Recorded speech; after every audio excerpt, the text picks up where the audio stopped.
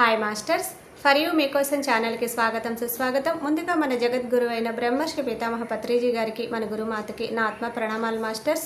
Okay masters, ప్రతిరోజు మన ఛానల్లోని స్వాధ్యాయం జరుగుతుంది మాస్టర్స్. ఈరోజు స్వాధ్యాయం చేయడానికి సీనియర్ పిరమిడ్ మాస్టర్ గారైన శ్వేత మేడం మిర్యాలగూడ నుంచి వచ్చారు. మేడం గారిని సాదరంగా ఆహ్వానించుకుందాం.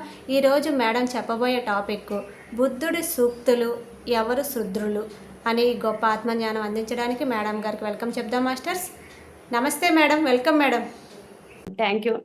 ముందుగా మనందరి గురువైన బ్రహ్మర్షి పితామహ పత్రిజీ దంపతులకు హృదయపూర్వక నమస్కారాలు. అలాగే ప్రతిరోజు ఎంతో అద్భుతమైన ఆత్మజ్ఞానాన్ని బోధిస్తున్న తటవర్తి దంపతులకు హృదయపూర్వక నమస్కారాలు.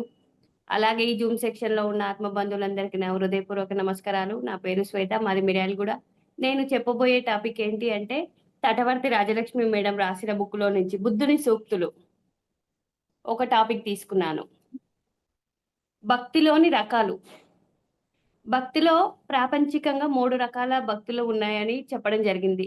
1 బాహ్య భక్తి, 2 ఏకాంత భక్తి, 3 అనన్య భక్తి. ఈ 3 రకాలు ఏ భక్తి అయినా సరే చివరికి ధ్యానంలోకి తీసుకువస్తుంది. అంటే ఇప్పుడు మనం పూజలు ఏవైనా మనకు చెప్తారు కదా, ఉత్తరగీతలో కూడా మనం జపాలు చేసినా యజ్ఞాలు చేసినా ఒక ధ్యానంతో సమానం కాదు అని, ఒక ధ్యానం చేస్తేనే మనకు ముక్తి మోక్షం లభిస్తుందని.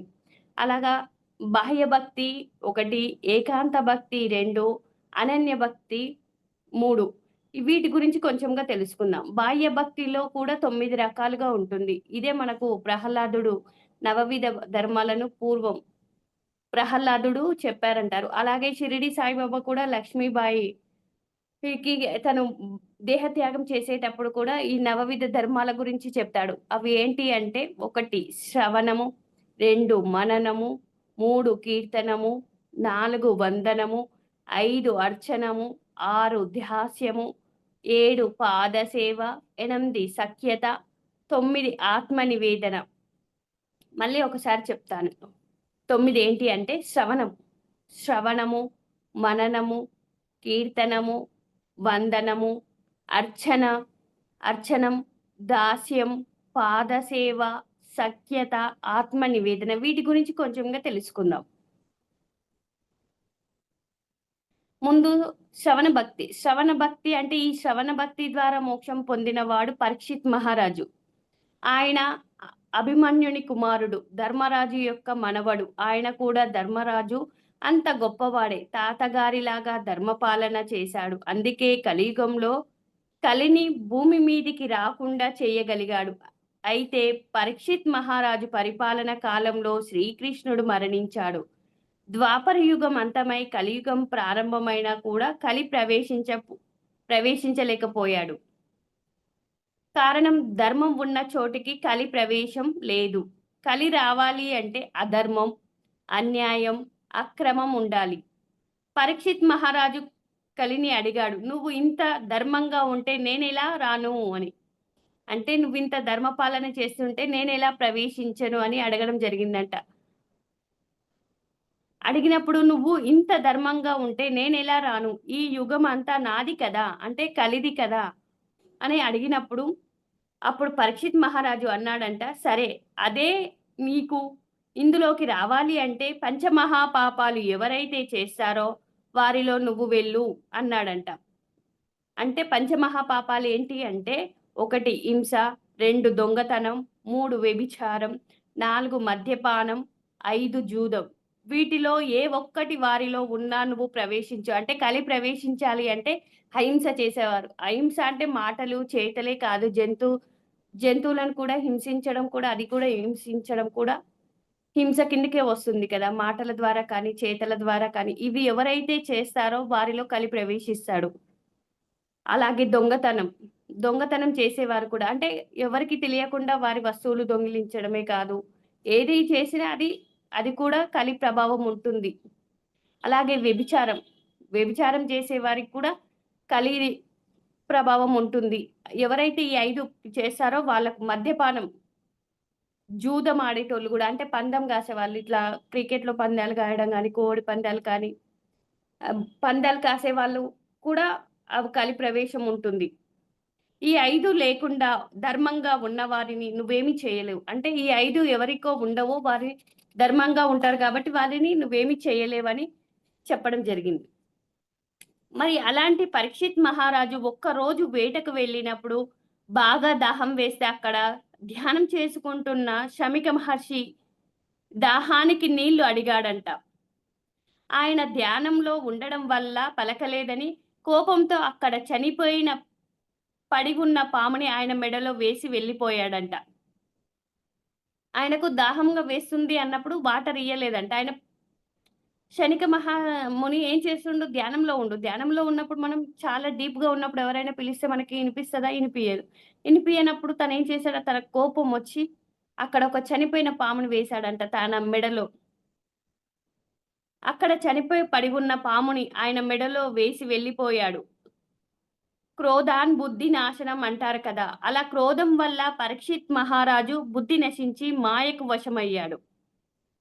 ఈయనకి దాహం వేస్తుంది కానీ అవతల వ్యక్తి ధ్యానంలో ఉన్నాడు, ఎలా పలుకుతాడు అన్న విచక్షణ జ్ఞానం కోల్పోయాడు. ఇక్కడ మనం గమనించవలసింది కోరిక. ఏ చిన్న కోరికైనా నీకు కలిగితే విచక్షణ జ్ఞానం కోల్పోయే స్థితి వస్తుంది. అంటే ఇది అదే కదా! దాహం తీర్చలేదు అన్న కోపంతోనే తనని చనిపోయిన పామేశాడు. అలా కోపంతో పాముని మెడలో వేయడం వల్ల కాసేపటికి శనిక మహర్షి కుమారుడు శృంగి వచ్చాడు. ఎవరిలా నా తండ్రి మెడలో చనిపోయిన పాముని వేసింది? ఎవరైతే ఈ పని చేశారో వారు సరిగ్గా 7 రోజులకు ఇదే పాము కాటు వల్ల మరణిస్తారు అని శనిక మహర్షి కొడుకు శపించడం జరిగిందంట. ఆ పాముకు ప్రాణం పోసాడంట. ఈ విషయం తెలుసుకున్న మహారాజు తన చనిపోయేలోగా మోక్షాన్ని పొందాలి అని అనుకున్నాడు. మరి ఎవరు నాకు ఈ 7 రోజుల్లో ఆత్మజ్ఞానాన్ని బోధించగలరు అని ఆయన విచారిస్తే వ్యాసుని 4వ కుమారుడైన శుక మహర్షి నేను మీకు ఆత్మజ్ఞానాన్ని బోధిస్తాను అని వచ్చాడంట. అప్పుడు 7 రోజుల పాటు మంచినీళ్ళు తాగకుండా నిద్రాహారాలు మాని ఆత్మజ్ఞానాన్ని విన్నాడంట పరీక్షిత్ మహారాజు. 3 రోజుల తర్వాత శుక మహర్షి ఈ 3 రోజుల నుంచి నిద్రాహారాలు మాని వింటున్నావు. కాస్త విశ్రాంతి ఏమైనా తీసుకుంటావా? తీసుకొని వస్తావా? అని అడిగితే అప్పుడు మహారాజు అన్నాడంట, ఒక్క క్షణం దాహానికి నేను ఓర్చుకోలేక ఇంతటి శాపానికి గురి అయ్యాను. మరి ఒక్క క్షణం నేను ఏమనపాటు ఉంటే నేను చనిపోయేలోగా ఈ జ్ఞానం తెలుసుకోలేనేమో. ఈ ఈ ఆయుష్ తరిగిపోతుందేమో అని ఎంత శ్రద్ధగా వారం రోజుల పాటు విన్నాడంట. అంటే శ్రవణం గురించి చెప్తున్నాం. ఆయన చనిపోతాను అని తెలుసుకోవడం వల్ల ఈ ఆత్మజ్ఞానాన్ని తెలుసుకొని చనిపోవాలి అని పరీక్షిత్ మహారాజు అన్నాడు. అప్పుడు అసలు నిద్రాహారాలు మాని తినకుండా అలాగే శ్రద్ధతో విన్నాడంట. మనం ఏదైనా చెప్పేటప్పుడు మొట్టమొదటిసారి శ్రద్ధ అంటారు కదా! సహనం, శ్రద్ధ ఇవి మనం శ్రవణం చేయాలి. ఎవ్వరు చెప్తున్నా కూడా వినడం అన్నది మొట్టమొదటి స్థాయి. వినడం ద్వారానే మనం ఎంతో నేర్చుకుంటాం. అలా వినడం ద్వారా ఆత్మజ్ఞానాన్ని నేర్చుకొని పరీక్షిత్ మహారాజు జీవన్ముక్తిని పొందాడు. అలా ఎవరైనా సరే అణువణువు జ్ఞానం కోసం తపిస్తే వారికి జ్ఞానం లభిస్తుంది. ఇప్పుడు మనమంతా ఎందుకొస్తున్నాం ఈ జూమ్‌కి? జ్ఞానం కోసమే గదా! ఏ మాస్టర్ ఏం చెప్తాడు? ఏంటి? ఏం తెలుసుకుందాం? ప్రతిరోజు సమయానికి వస్తున్నాము అంటే జ్ఞానకాంక్ష ఉంది మనము. జ్ఞానకాంక్ష ఉన్నవాళ్ళు 350 జన్మలు దాటిని ఉన్నవారని రాఘవరావు సార్ చెప్తాడు. అలాగే ధ్యానం మీద ఆసక్తి అంటే 300 జన్మల్లో ఉన్నవారు. ఇప్పుడు మనమంతా ఏ జన్మల్లో ఉన్నామన్నది అర్థమవుతుంది. 350 జన్మల్లో ఉన్నాం కాబట్టి ఈ జ్ఞానం మీద మనం ఆసక్తి చూపిస్తున్నాం. ప్రతిరోజు సమయానికి వస్తున్నాము అంటే ఏ మాస్టర్ ఏం చెప్తాడో, నేను తెలుసుకునేదేముందో, నేను ఆచరించాల్సిందేముందో, నాలో లోపాలేంటి అనే దానికి మనం సమయానికి వస్తున్నాం కదా! అలా ఎవరైతే తపిస్తే వారికి జ్ఞానం లభిస్తుంది. మరి పై లోకాల్లో కానీ, కింది లోకాల్లో కానీ జ్ఞానం దొరకదు. ఈ భూమి మీదనే మానవులు పొందిన జ్ఞానమే ఉపయోగపడుతుంది. కాబట్టి ఈ భూమి అన్నది అద్భుతమైన పాఠశాల అంటారు. ఇక్కడ చేసిన పుణ్యము, పాపం వల్లనే స్వర్గము, నరకము లభిస్తుంది. ఇక్కడ మనకెక్కడ పైలోకంలో జ్ఞానం దొరకదంట. దానికోసమే మానవ జన్మ తీసుకున్నాం. మానవ జన్మ దేవతలు సైతం ఆత్మజ్ఞానం పొందాలి అంటే వాళ్ళు కూడా మానవ జన్మ తీసుకోవాల్సిందే, భూమి మీదకి రావాల్సిందే, ఎన్నో పాఠాలు నేర్చుకోవాల్సిందే అని ఎన్నో సార్లు మనం విన్నాము. అంటే మనం ఈ భూమి అనే పాఠశాల ఎంత అద్భుతమైన పాఠశాలలో ఉన్నాము. ఇలాంటి మానవ జన్మ రావడమే ఎన్నో జన్మల పుణ్యఫలం. అందులో ఆత్మజ్ఞానం మీద ఆసక్తి. చిట్ట చివరికి ఎన్ని జన్మలు ఎత్తినా సరే మనము ఆత్మజ్ఞానం మీద ఆసక్తి ఉన్నవాళ్ళే ఎదుగుతారు. ఉన్నంత లోకాలకు పోతారు. జన్మలు తగ్గించుకుంటారు. మోక్షాన్ని పొందుతారు అని కూడా గురువుగారు ఎప్పుడు చెప్తూ ఉంటారు. అలా రెండోదొచ్చేసి మనన భక్తి. అంటే మనన భక్తిలో మోక్షం పొందినవాడు ప్రహ్లాదుడు. ప్రహ్లాదుడు తండ్రి హిరణ్యకశిపుడు తపస్సు వెళుతూ తన భార్య లీలావతి నారద మహర్షి ఆశ్రమంలో వదిలి వెళ్ళాడు. ప్రహ్లాదుడు తల్లి గర్భంలో నుంచే నారదుడి ద్వారా ఆత్మజ్ఞానం పొందాడు. నారాయణుని మననం చేయడం ప్రారంభించాడు. శుక మహర్షి, అభిమన్యుడు, అష్టావక్రుడు మరియు ప్రహ్లాదుడు వీళ్ళంతా తల్లి గర్భంలో ఉండగానే ఆత్మజ్ఞానం పొందారు. మరి చిన్నతనం నుంచి అలా నారాయణుని మననం చేస్తూ చివరికి ధ్యానం చేసి జ్ఞానాన్ని పొంది మోక్షాన్ని పొందిన వాడు ప్రహ్లాదుడు. అంతే కదా! చిన్నప్పటి నుంచి నారాయణ, నారాయణ అన్నాడు. ఏది చేసినా సరే ఆయనను ఎన్ని కష్టాలు పెట్టినా, ఎన్ని బాధలు పెట్టినా, పాములతో కరిపించినా, ఏనుగులతో తొక్కిచ్చినా, సముద్రంలో పడవేసిన ఆయన నారాయణుని మననం వదలలేదు. అంటే మనసులో నారాయణ్ణి జపిస్తూనే ఉన్నాడు. ఆ నారాయణ జపం వల్ల ముక్తి పొందినవాడు ప్రహ్లాదుడని చెప్తారు. ఇందుగలడు అందులేడు సందేహము వలదు ఎందెందు వెతికిన అందందుగలడు అని హిరణ్యకశిపుడు అడిగినప్పుడు చెప్తాడుగా, ఈ స్తంభంలో ఉన్నాడా నీ హరి అంటే ఉన్నాడు అంట. అప్పుడు లక్ష్మీనరసింహస్వామి అవతారంగా నారాయణుడు వస్తాడు కదా! అంటే ఇక్కడ భక్తి ద్వారా ముక్తి పొందినవాడు వినడం ద్వారా మననం చేస్తున్నాడు. ఊకే నారాయణ, నారాయణ అనే మంత్రాన్ని ఉచ్చరించడం వల్ల ఆయన మోక్షాన్ని పొందాడు. ప్రహ్లాదుడు ఏ పని చేసినా, ఎక్కడ ఉన్న అన్నిటిలో అంతటా భగవంతుడిని చూశాడు. హిరణ్యకశిపుడు ప్రహ్లాదుని సముద్రంలో పడేసినా, పాములతో కరిపించినా, ఏనుగులతో తొక్కిచ్చినా, ఆయన నారాయణ మంత్రాన్ని వదలలేదు. భక్తితో అంటే మననం ద్వారా మోక్షం పొందిన వారు ప్రహ్లాదుడు అని చెప్తారు. అలాగే రెండోదొచ్చేసి కీర్తన భక్తి. అంటే ఆనాడు కీర్తన భక్తి వల్ల మోక్షాన్ని చేరుకున్న వారు తుంబరుడు, నారదుడు. అయితే కలియుగంలో అన్నమాచార్యులు, త్యాగరాజస్వామి, మీరాబాయి, రామాదాస్ వీళ్ళంతా అన్నిటిని అంతటా భగవంతుడు ఉన్నాడని, అన్ని ఆత్మజ్ఞానాన్ని పొంది వారు కీర్తన ద్వారా ప్రపంచానికి అందించారు. అలా మోక్షాన్ని పొందారు. అన్నీ నీవనుచు అంతరంగముగా తిన్నగ వెతికి తెలుసుకోంటివయ్యా అన్నారు త్యాగరాజుల వారు. అంటే అన్నిట్లో ఉన్నది భగవంతుడే. అన్ని విషయాలు అంతరంగంలోకి వెళ్ళు తెలుసుకున్నాడు. ఆ పాటలో ఎంతో అర్థం ఉంది. తెలిస్తే వారికి ఎంత జ్ఞానం ఉందో మనకి అర్థమవుతుంది. వాళ్ళు పొందిన అనుభవాన్ని పాటల రూపంలో అందించారు. అలా వారు రాసిన ఏ పాట తీసుకున్నా అందులో ఆత్మజ్ఞానమే ఉంటుంది. మనకు పత్రి సార్ గూడా లాక్‌డౌన్ సందేశాలలో కూడా ఆయన 100 ఎపిసోడ్‌లు ఒకరోజు తప్పించి ఒకరోజు ఇచ్చినా కూడా ఆయన ఆత్మజ్ఞానం మీద 80 ఎపిసోడ్‌లు చెప్పడం జరిగింది. అంటే ఆత్మజ్ఞానమే మనకు చిట్ట చివరి మోక్షాన్ని పొందేది. మనం ఉన్నంత లోకాలు చేరుకోవాలి అంటే ఆత్మజ్ఞానం పొందవలసిందే. దానికోసం ఎన్ని జన్మలెత్తినా సరే, ఇంకా 100 జన్మలెత్తినా సరే, చిట్ట చివరికి మనం ఆత్మజ్ఞానం పొందితేనే మోక్షం అన్నది వస్తుంది అన్నది మనం తెలుసుకోవాలి. కీర్తన ద్వారా పొందిన వారు వీళ్ళంతా త్యాగరాజులు, అన్నమాచార్యులు, మీరాబాయి వీళ్ళంతా ఎప్పుడు కీర్తిస్తున్నారు పాటల ద్వారా అంతటా ఉన్నది తనే అని ఎప్పుడూ కీర్తించడం వల్ల ఆళ్ళు మోక్షం పొందగలిగారు. కీర్తన ద్వారా మోక్షం పొందినారు. కీర్తన భక్తి ద్వారా. అలాగే నాలుగోదొచ్చేసి వందన భక్తి. వందన భక్తిలో మోక్షం పొందినవాడు అక్రుడు. అక్రుడు కంసుని సేన. కృష్ణుడు భక్తుడు. కంసుడు అక్రుణ్ణి బృందావనం నుంచి కృష్ణుణ్ణి మధురకి తీసుకురావడానికి పంపాడు. అయితే అక్రుడు నేను ఎంత అదృష్టవంతుని, అంత గొప్ప కృష్ణుని నా రథంలో తీసుకురావచ్చు అని అనుకున్నాడు. బృందావనం చేరగానే అక్రుడు కృష్ణుడు నడయాడిన మట్టిని వంటిని పూసుకొని పరితపించిపోయాడంట. అంటే కృష్ణుడు నడయాడిన ప్లేస్ అని ఆ బృందావనం రాగానే ఆ మట్టి తీసి ఒళ్ళంతా పూసుకున్నాడంట అక్రుడు. అందుకే కృష్ణుడు అక్రునికి కూడా ఆత్మజ్ఞానం బోధించడం జరిగింది. మరి కృష్ణుడు ఆత్మజ్ఞానం బోధించిన 5గురులో అక్రుడు కూడా ఒకరు. 5గురు ఎవరంటే ఉద్ధవుడు ఒకడు, అంటే కుచేలుడు, 2 రుక్మిణీదేవి, 3 అర్జునుడు, 4 అక్రుడు, 5 దుర్వాస మహాముని. ఈ 5గురికే ఆత్మజ్ఞానం బోధించడం జరిగింది అని చెప్పడం జరిగింది. అలా వందన భక్తి ద్వారా మోక్షం పొందిన వారు అక్రుడు, ఈ రుక్మిణి, కుచేలుడు, అర్జునుడు, దుర్వాస మహాముని అన్నది మనం తెలుసుకోవాలి. అలాగే ఐదవది అర్చనం ద్వారా, అర్చన భక్తి అంటే అర్చన భక్తిలో మోక్షం పొందినవాడు అంబరీష అతను ఎప్పుడూ భగవంతుని అర్చన చేస్తూ ఉండేవారు. అప్పుడు విగ్రహమే భగవంతుడు అనుకోవడం వల్ల ఆ విగ్రహానికే అర్చన చేశారు. ఏ టైం అయినా ఎంత కష్టమైనా అర్చన ఆపలేదు. అప్పుడు విష్ణుమూర్తి అంబరీషునికి అవసరానికి ఉపయోగపడుతుందని తన సుదర్శన చక్రాన్ని ఇచ్చాడంట. కానీ ఆయన ఆ సుదర్శన చక్రాన్ని మరణించే వరకు ముట్టుకోలేదు.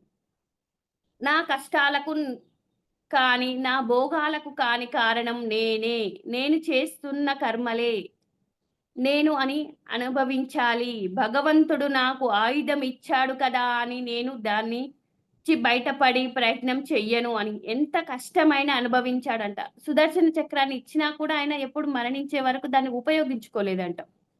అందుకే అంత గొప్పవాడు అయ్యాడు.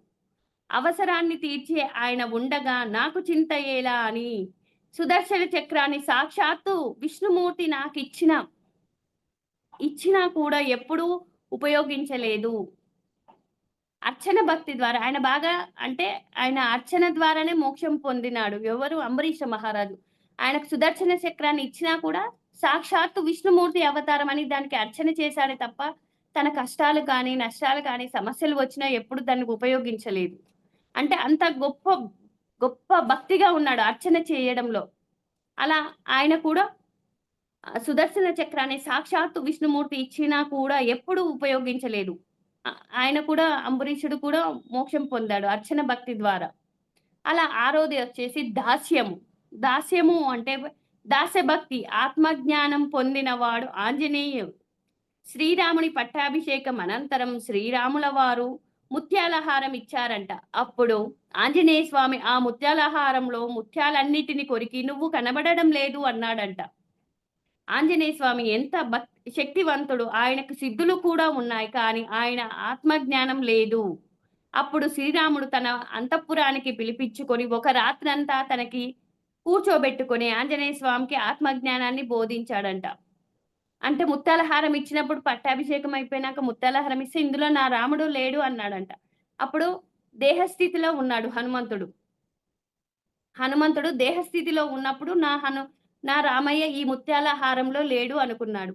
ఆయన మనోస్థితిలో ఉన్నప్పుడు వేరుగా ఉన్నాడు. నువ్వు వేరు నేను వేరు అనుకున్నాడు. కానీ ఆత్మస్థితికి వచ్చినప్పుడు నువ్వు నేను ఒకటే అని తెలుసుకున్నాడు హనుమంతుడు. నీలో ఏదైతే ఉందో నాలో అది ఉంది అని ఆత్మస్థితికి వచ్చినప్పుడు తెలుసుకున్నాడు. ఎప్పుడు? శ్రీరాముడు ఆత్మజ్ఞానం బోధించిన తర్వాత ఆయనకి అర్థమైందని చెప్పడం జరిగింది. అలాగే ఏడవది వచ్చేసి పాదసేవనం. పాదసేవలో మోక్షం పొందిన వారు రుక్మిణీదేవి. కృష్ణుడు అష్టభార్యల్లో ఉన్న కేవలం రుక్మిణీదేవి ఆత్మజ్ఞానం బోధించారు. ఆమె భక్తికి నమస్కరించి తులసీ దళానికి తూగి లొంగిపోయాడు శ్రీకృష్ణుడు. రుక్మిణీదేవి అంత భక్తి కలిగింది అన్నట్టు పాదసేవ చేయడంలో. కృష్ణుని అష్టభార్యల్లో ఒకరు రుక్మిణీదేవి. ఆమె కూడా మోక్షం పొందింది. అలాగే ఎనిమిదవది వచ్చేసి సఖ్యత. అంటే సఖ్యత పట్ల ఆత్మ జ్ఞానం పొందినవాడు అర్జునుడు. మరియు పాండవులు 5గురులో అర్జునుడికి మాత్రమే భగవద్గీత ద్వారా ఆత్మజ్ఞానం బోధించడం శ్రీకృష్ణుడు చేయడం జరిగింది. సఖ్యత అంటే స్నేహం. అంత స్నేహపూర్వకంగా ఉండడం బట్టే ఆయనకు ఆత్మజ్ఞానాన్ని బోధించడం జరిగింది శ్రీకృష్ణుడు అన్నది మనం తెలుసుకోవాలి. అలాగే 9వది వచ్చేసి ఆత్మ నివేదన భక్తితో తరించిన వాడు బలిచక్రవర్తి. ప్రహ్లాదుడు మనవడు బలిచక్రవర్తి. రాక్షసుల్లో గొప్పవాళ్ళు ప్రహ్లాదుడు మరియు బలిచక్రవర్తి. రాక్షసుల గురువే శుక్రాచార్యుడు. ప్రహ్లాదుడికి ఎంత భక్తి, బలిచక్రవర్తికి కూడా అంతే భక్తి ఉంది. ఒకరోజు బలిచక్రవర్తి అశ్వమేధ యాగం చేసి అందరికీ బహుమతులు ఇస్తూ ఉంటే శ్రీ మహావిష్ణువు వామన అవతారంలో వస్తాడంట. శుక్రాచార్యుడు దివ్య చక్షువు ద్వారా వచ్చేది శ్రీహరి, శ్రీ విష్ణువు, శ్రీ మహావిష్ణువు అని చెప్పడం జరిగిందంట. ఆయన బలిచక్రవర్తి ప్రాణం అడుగుతాడని తెలుసుకొని ఆయన ఏం అడిగినా ఇవ్వవద్దు అని చెప్పాడంట శుక్రాచార్యుడు. కానీ భగవంతుడు వచ్చి అడిగితే నేను కాదంటానా? నా శరీరం ఏమైపోయినా పర్వాలేదని ప్రాణమిస్తాడంట. వచ్చింది నారాయణుడు అని తెలిసి మూడవ పాదం తన తలపై పెట్టమన్నాడు బలిచక్రవర్తి. ప్రహ్లాదుడి కొడుకు అయినటువంటి విరోచకుని కొడుకే బలిచక్రవర్తి. అంటే ప్రహ్లాదుడు మనవడు బలిచక్రవర్తి. ప్రహ్లాదుడిలా ధర్మపారుడు. అందుకే అలా తన ప్రాణాన్ని కూడా లెక్క చెయ్యకుండా భగవంతుణ్ణి అర్పించాడు. కాబట్టి ఆయన మోక్షాన్ని ప్రసాదించాడు. ఆత్మ నివేదన అంటే తన శరీరాన్ని విచ్ఛిన్నం చేసుకోవడం. అలా బలిచక్రవర్తి పాతాళంలో తొక్కేసిన పాతాళ లోకాన్ని పరిపాలించే అని వరం కూడా ఇచ్చాడంట. ఎవరు వస్తున్నది విష్ణుమూర్తి అని తెలిసి నేను కాదంటానా? ఆయన ఏది అడిగినా నేనిస్తా అన్నాడంట. గురువు వద్దన్నాడంట. కానీ నేనిస్తాను అని ఇచ్చాడు. సాక్షాత్తు భగవంతుడే వచ్చి నన్నడిగితే నేను కాదంటానా? దీన్ని బట్టి భక్తుడికి ఎంత భక్తి ఉన్నా కూడా ఆత్మజ్ఞానం పొందితే గాని మోక్షం పొందలేడని తెలుసుకోవాలి. మొదట భగవంతుణ్ణి ఆశ్రయించడం వల్లనే గుణాలు మారతాయి. అప్పుడు తన కోసం తాను బతకడం, లోకం కోసం బతుకుతాడు. ఒక శ్రీరాముడిలా, ఒక బలిచక్రవర్తిలా నిర్గుణ స్థితిలోకి వచ్చినప్పుడే దైవాలుగా మారతారు. ఎవరైతే సాత్వికంలోకి వస్తేనే సత్యం బోధపడుతుంది. ఇప్పుడు మనమంతా కూడా సాత్వికంలోకొచ్చాం గాబట్టే సత్యం బోధపడుతుంది. ధ్యాన మార్గంలోకి రాకపోతే నువ్వు దేహం కాదు ఆత్మ అంటే నమ్మేటోళ్ళం కాకపోయేది. ఆత్మ అంటే ఏదో ప్రేతాత్మ అనుకునే స్థితిలో ఉండేవాళ్ళం. కానీ ఎప్పుడైతే ధ్యాన మార్గంలోకొచ్చామో, సద్గురువుల సాంగత్యం చేస్తున్నామో, మొట్టమొదటగా విన్నది ఏంటి అంటే, మానవుడు అంటే 3 కలిపి శరీరము, మనసు, ఆత్మ కలిపి మానవుడు అన్నాడు. మానవుడే ఆత్మే భగవంతుడు అని చెప్పడం జరిగింది. నువ్వు దేహం కాదు, ఆత్మవు అంటే మనమందరం కూడా భగవంతులము అని తెలుసుకుంటున్నాం. తెలుసుకున్నాం కానీ ఆచరణలోకి ఇంకా రాలేదనైతే చెప్తాను. ఏదో పర్సెంటేజ్‌లో కొంచెం తేడాగా ఉంది కానీ, అంత మాత్రం తేడా లేదని మాత్రం చెప్తా 100%. అలా పుట్టపర్తి బాబా వారు ఏమన్నారంటే, అపరిమితమైన భగవంతునికి ఒక రూపం కల్పించి, ఒక ఫోటోని కల్పించి, ఒక విగ్రహంలో బంధిస్తే భగవంతున్ని అవమానిస్తున్నట్లే కానీ గౌరవిస్తున్నట్లు కాదు అనేవారు. సత్యాన్ని తెలుసుకున్నవారు జ్ఞానాన్ని పొందుతాడు. అందుకే మహాత్ములు మొట్టమొదట సత్యాన్ని ఆశ్రయించమని చెబుతారు. మనకు ఆత్మే సత్యమన్నది కూడా మనకు జ్ఞాన నవరత్నాల్లో మొట్టమొదటి రత్నంగా పత్రి సార్ చెప్పడం జరిగింది. ఆత్మే సత్యం. అంటే ఆత్మే పరబ్రహ్మ అన్న విషయం మనం తెలుసుకోవాలి. మొట్టమొదటిగా మనం సత్యాన్ని ఆచరించాలి. సత్యం అంటే ఎప్పుడు మార్పు చెందదు. యుగాలు మారిన, తరాలు మారిన మార్పు చెందకుండా ఎప్పుడు ఒకటిగా ఉండేదే సత్యం. అదే పరమాత్మ, సృష్టికర్త, విశ్వాత్మ, భగవంతుడు. ఎన్నో పేర్లు పెట్టారు. కానీ ఆయనకు పేర్లే లేవు. అసలు ఒక విగ్రహం పెట్టి, ఒక పేరు పెట్టి ఆయనని ఇస్తున్నామంటే ఆళ్ళ శక్తిని తగ్గిస్తున్నాం. వాళ్ళని అవమానిస్తున్నట్టు అని కూడా చెప్పడం జరిగింది సత్యసాయి బాబా వారిక్కడ. ఒక రూపాన్ని పెట్టి కల్పించి వాళ్ళ శక్తికి అంటే వాళ్ళని అంతకే ఆళ్ళ శక్తిని ఒక విగ్రహానికే పరిమితం చేస్తున్నాం. కానీ అనంత శక్తిమంతుడు భగవంతుడు, సృష్టికర్త అన్న విషయము నేను ఈ ధ్యాన మార్గంలోకొచ్చిన తర్వాతే తెలుసుకున్నాను. అలా తెలుసుకున్నప్పుడే మనం ఏదైనా ఆచరించాం. ఆచరిస్తేనే అర్థమైతే ఆచరిస్తాం. అర్థం కాకుంటే ఆచరించం. అందుకే పత్రి సార్ కూడా తన 18 ఆదర్శ సూత్రాల్లో 14 సూత్రం విగ్రహారాధన వద్దు, సత్యారాధనే చేయమన్నాడు. అంటే మనకింకా విగ్రహారాధన మీద క్లారిటీ రావాలి అంటే 156 ఎపిసోడ్‌లు తటవర్తి సారు వివరించి చెప్పడం జరిగింది. అంటే మనకెంత క్లారిటీ రావడం కోసము అంటే మనం ఇంకా మనకు భగవంతుడు అంటే మనం భయపడతాం గదా! విగ్రహాన్ని పూజించలేదేమో, నేను ఇంట్లో పూజ చేయకుంటే ఏమవుతుందో అన్న భయం మనకు పోవాలి అంటే ఆ ఎపిసోడ్‌లన్నీ మనం చూస్తే మనకర్థమవుతుంది. క్లారిటీ వస్తది. విగ్రహాన్ని కాదు పూజించవలసింది. సత్యాన్ని ఆశ్రయించాలి. ఆ సత్యాన్ని ఆశ్రయించే మార్గము ఏదంటే శ్వాస మీద ధ్యాస, ధ్యానము తప్ప మిగతావన్నీ అర్ధరహితమైన ధ్యానాలని గురువుగారు చెప్పడం జరిగింది. తులసి దళంలోని చెప్పాడు. ఆయన 2 దళాలు ఉంటాయి. అందులో ఒకటి మొట్టమొదటిది నీ వాస్తవానికి నీవే సృష్టికర్త. రెండవదొచ్చేసి ఆనాపానసతి ధ్యానం అన్నాడు. శ్వాస మీద ధ్యాస సరియైన ధ్యానం అన్నాడు. మిగతా ధ్యానాలన్నీ అర్ధరహితమైన ధ్యానాలని తులసి దళంలో పత్రిసారే వివరించడం జరిగింది. కాబట్టి మనం గురువుగారు చెప్పింది ఆచరిద్దాం. ఆయన చేసింది చేయడం కాదు. ఆయన చెప్పింది మనం ఆచరిద్దాము అన్నది తెలుసుకోవాలి అన్నది నేను తెలుసుకున్నాను. అలా రెండోదొచ్చేసి ఇప్పటివరకి బాహ్యంలో రకాలు తెలుసుకున్నాం. బాహ్యంలో భక్తి రకాలు రెండో పాయింట్ వచ్చేసి ఏకాంత భక్తి. ఏకాంత భక్తి అంటే ఏకాంతంగా కూర్చొని, కళ్ళు మూసుకొని, శ్వాస మీద ధ్యాస ఉంచి ధ్యానం చేయడమే ఏకాంత భక్తి. మనమంతా ఏ భక్తిలో ఉన్నాము అంటే ఏకాంత భక్తిలో ఉన్నాము అనుకుంటున్నా. ఇంకా విగ్రహం పూజిస్తున్నాము అంటే ఇంకా బాహ్య భక్తిలో ఉన్నట్టు. ఇంకా మనం ఆత్మని ఆరాధించాలి. 18 ఆదర్శ సూత్రాలు ఎవరైతే తూచా తప్పకుండా ఆచరిస్తారో వారే ఒక పిరమిడ్ మాస్టర్ అని మనకు పత్రి సార్ చెప్పడం జరిగింది. మనం ఎన్ని ఆచరిస్తున్నాం అన్నది చూసుకోవాలి. ముందు ఆచరణ ఇంపార్టెంట్ అన్నది నేను తెలుసుకున్నాను. ఉపనిషత్తుల్లో సస్వరూపానందానం భక్తిరిత్యా భేదితే అని చెప్పబడింది. అంటే మనలో ఉన్న ఆ దైవాన్ని చేరుకునే ఏకైక మార్గమే శ్వాస మీద ధ్యాస, ధ్యానం మరి సాధన క్రమం తప్పకుండా చేస్తూ ఉండాలి. అదే ఏకాంత భక్తి అంటే క్రమం తప్పకుండా. అనునిత్య సాధన అన్నాడు గురువుగారు. నిన్న నేను 4 గంటలు చేశా ఇయ్యాల ఏముందిలే ఇంక వారం తర్వాత చేస్తా అని అనకూడదు. క్రమం తప్పకుండా ప్రతిరోజు ధ్యానం అన్నది చేస్తూ ఉండాలి. ఏ రోజు ధ్యానం చేయమో మనం గట్టిగా నిర్ణయించుకోవాలి. ఏ రోజైతే నేను ధ్యానం చేయను, ఆ రోజు భోజనం చెయ్యను అని. అంత గట్టిగా ఉండాలి. మన జీవితంలో ధ్యానం అన్నది ఒక భాగమైపోవాలి. ఇంకేమని చెప్తారంటే 3 వంతులు ధ్యాన సాధనకి సమయాన్ని కేటాయించాలి. ఒక వంతు ఆహారానికి ఉపయోగించాలి అన్నది కూడా చెప్పడం జరిగింది. అలాగే మూడోదొచ్చేసి అనన్య భక్తి. అనన్య భక్తి అంటే సర్వం కల్పితం బ్రహ్మ అని తెలుసుకోవడం. అనన్య భక్తి వల్ల అహంకారం పోతుంది. అంటే అన్నిటిలో అంతటా భగవంతుడే ఉన్నాడు అని తెలుసుకోవడం వల్ల అహంకారం పోతుంది. ఇప్పుడు ఇదంతా భగవంతునిదే, మనదేమీ కాదు అని అర్థమవుతుంది. ఏ పుణ్యకర్మ చేసినా కూడా భాగ్యాన్ని భగవంతుడిచ్చాడు అనుకుంటూ చేస్తే జ్ఞానం పెరుగుతుంది. అప్పుడే నిష్కామ కర్మ అంటే ఎటువంటి ఫలితాలు ఆశించకుండా కర్మలు చేయగలుగుతాం. ఇప్పుడు మనమంతా నిష్కామ కర్మ చేయాలి అంటే నేను ఈ పని చేస్తున్నాను. ఇప్పుడు మేడం ఏమన్నా నేను ఈ జూమ్ రన్ చేస్తున్నాను. అందరికీ జ్ఞానం బోధించాలనే ఒక నిష్కామ కర్మగా చేస్తుంది. ఫలితం ఆశించి చేయడం కాదు. ఎందుకు అంటే అందరూ జ్ఞానవంతులు కావాలి. ఈ ఆత్మ జ్ఞానం అన్నది చాలా చాలా ఇంపార్టెంట్ అని మేడం తెలుసుకొని ఇలా జూమ్ రన్ చేయడము అంటే ఇది ఒక ఫలితం ఆశించని కర్మ అని చెప్పొచ్చు.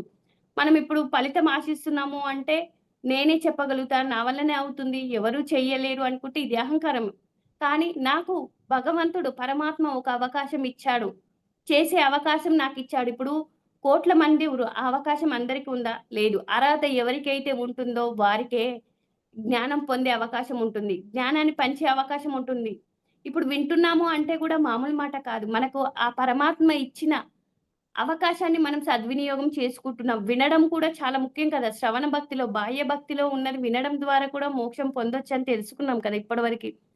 అంటే బాహ్య భక్తి, ఏకాంత భక్తి, అనన్య భక్తి. ఈ భక్తులు మనం ఏది అంటే మనం చేయవలసింది అసలైంది సత్యాన్ని ఆశ్రయించాలని నేను తెలుసుకున్నాను.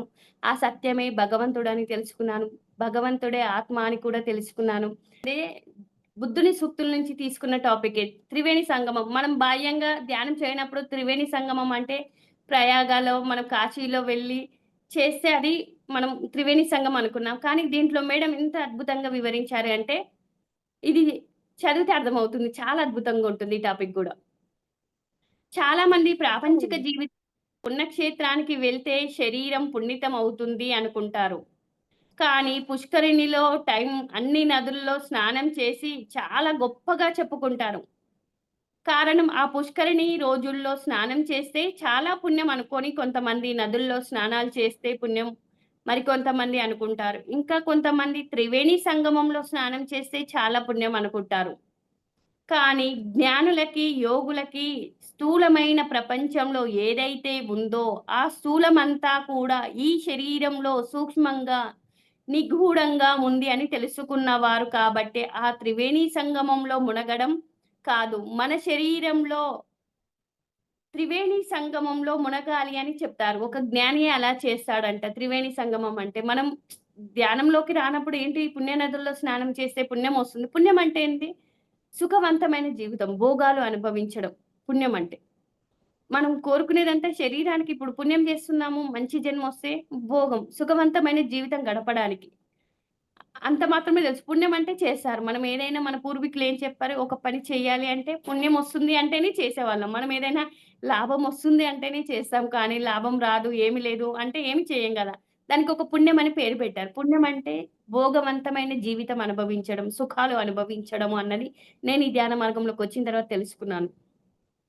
ఈ విషయం గురించి ఇప్పుడు లహరి మహర్షి వారు ఏమిచ్చిన సందేశం గురించి తెలుసుకుందామన్నారు. త్రివేణి సంగమం అంటే గంగా, యమున, సరస్వతి ఈ 3 నదుల సంగమ ప్రవేశం అంటే కలిసి ఉండడం. అందుకే ఈ 3 నదులు కలిసిన ప్రదేశాన్ని త్రివేణి సంగమం అంటారు. ఇక్కడ స్నానం చేస్తే పుణ్యం వస్తుందని భావిస్తారు. కానీ వేదాల్లో కానీ అంతరార్థం ఏమిటంటే భక్తి, కర్మ, జ్ఞానం అన్నవి 3 భక్తి, కర్మ, జ్ఞానం అన్నవి 3 వాటికి ప్రతి వారికి ఉంటాయి చెప్పబడింది. అంటే ఈ 3 ఉన్నవారు పుణ్యం కాదు, జ్ఞానం కూడా పొందుతారని తెలుసుకోవాలి. భక్తి, కర్మ, జ్ఞానం. కర్మ అంటే మనం చేసే పని. భక్తి అంటే మనం ఏమనుకున్నాము అంటే ఒక విగ్రహాన్ని పూజించడమో, అర్చననో, మననమో ఇది అనుకున్నాం. మనకు ధ్యానంలోకి రానప్పుడు. జ్ఞానం అంటే కంటికి కనిపించని లోకాల గురించి ఎంత ఎక్కువ తెలుసుకుంటే అదే జ్ఞానం అన్న విషయం ధ్యాన మార్గంలోకొచ్చిన తర్వాత తెలుసుకున్నాం. ఈ 3 ఉన్నవారు పుణ్యమే కాదు, జ్ఞానం కూడా పొందుతారని తెలుసుకోవాలే. భక్తి, కర్మ, పుణ్యం ఉన్నవారు పుణ్యమే కాదు, జ్ఞానం కూడా పొందుతారన్నది తెలుసుకోవాలి. మానవ జీవితం తినడం, తాగడం ఎంత ముఖ్యమో సాధన కూడా అంతే ముఖ్యం. ఆ రోజుల్లో అంటే కృతయుగం నుంచి ద్వాపర యుగం వరకు ఇప్పుడు పొద్దున్నే లేచి ఎలా పూజలు చేస్తున్నారో, అలా ఆ రోజుల్లో ప్రతి వాళ్ళు ధ్యానం చేసేవారంట. మొట్ మొదట భక్తి గురించి తెలుసుకుందాం. భగవంతుని మీద ఉన్న తీవ్రమైన ప్రేమని భక్తి అంటారు. భగవంతుని మీద ఉన్న తీవ్రమైన ప్రేమని భక్తి అంటారు. పుట్టపర్తి సాయిబాబా గారు ఈ భక్తి గురించి ఏం చెప్పారంటే, భక్తి అనే పదానికి అర్థం ప్రేమ అన్నారు. ఆయన ఇంకా ఏం చెప్పారంటే, ఈ ప్రేమ అనే పదం వివి వివిధ రకాలుగా వాడుకుంటారు. ఈ సృష్టి అంతా చూసుకుంటే ప్రేమ అనే పదంతో నిండే ఉంది. జంతువుల విషయం తన బిడ్డల వరకు ప్రేమ ఉంటుంది. మిగిలిన వాటి మీద ఉండదు. వాటికి అంతకంటే కూడా తెలియదు. ప్రేమ అనే పదాన్ని మానవుడు ఎలా ఉపయోగించుకుంటాడు అంటే, తల్లిదండ్రుల మీద ప్రేమ అనే పదాన్ని గౌరవం అంటారు. తల్లిదండ్రుల మీద ప్రేమను ఏమనాలి అంటే గౌరవం అనాలి. బిడ్డల మీద ప్రేమ వాత్సల్యం. బిడ్డల మీద ప్రేమ వాత్సల్యం. ఆస్తిపాస్తుల మీద ప్రేమ మమకారం అంటారు. భగవంతుని మీద ప్రేమని భక్తి అంటారు. తీవ్ర భక్తి. భగవంతుణ్ణి ప్రేమించిన వాళ్ళని భక్తి అనే పదం ఉపయోగిస్తారు. భగవంతుడి ప్రేమ గురించి మనం చర్చించుకుంటే ఎందుకు భగవంతునికి భక్తి అనే పదంతో గౌరవంగా సంబోధిస్తారు అంటే, మానవుడు భూమి మీదికి వచ్చిన దగ్గరి నుంచి చిట్ట చివరి శ్వాస వరకు భగవంతుని సృష్టి నుంచే ప్రతీదీ తీసుకుంటాడు. తల్లి గర్భంలోకి వచ్చిన దగ్గరి నుంచి చనిపోయే వరకు అంటే ఈ శరీరం ఆత్మ వదిలి వరకు కూడా శరీరాన్ని కాపాడుతూ ఉన్నది భగవంతుడే. అంతే కదా! ఇప్పుడు మాట్లాడుతున్నామంటే ఎవరు? మనలో ఉన్న ఆత్మశక్తి వల్లనే మాట్లాడుతున్నాం. కళ్ళు చూస్తున్నాయంటే దానికి ఆత్మశక్తే. ఈ పంచేంద్రియాలు పని చేయడానికి, ఈ శరీరం పని చేయడానికి ముఖ్యంగా భగవంతుడు. ఆయన ఆత్మ ఉండబట్టే ఇవి చేస్తున్నాం. ఈ ఆత్మ లేకుంటే ఏంటి? శవమే కదా! శవం ఏమన్నా కదులుతదా? కొంచెం కూడా కదలలేదు, ఏమీ చేయలేదు. అంటే అందులో ఆత్మశక్తి లేదు. ఎందులో అయితే ఆత్మశక్తి ఉందో ఇదంతా భగవంతుని సృష్టి వల్లనే మనం చేయగలుగుతున్నాం తప్ప మనదంటూ ఏమీ లేదు అన్న విషయం కూడా నేను ఈ ధ్యాన మార్గంలోకొచ్చిన తర్వాతే తెలుసుకున్నాను. భగవంతుడిని చూపించే ప్రేమలో ఏ స్వార్థం ఉండదు.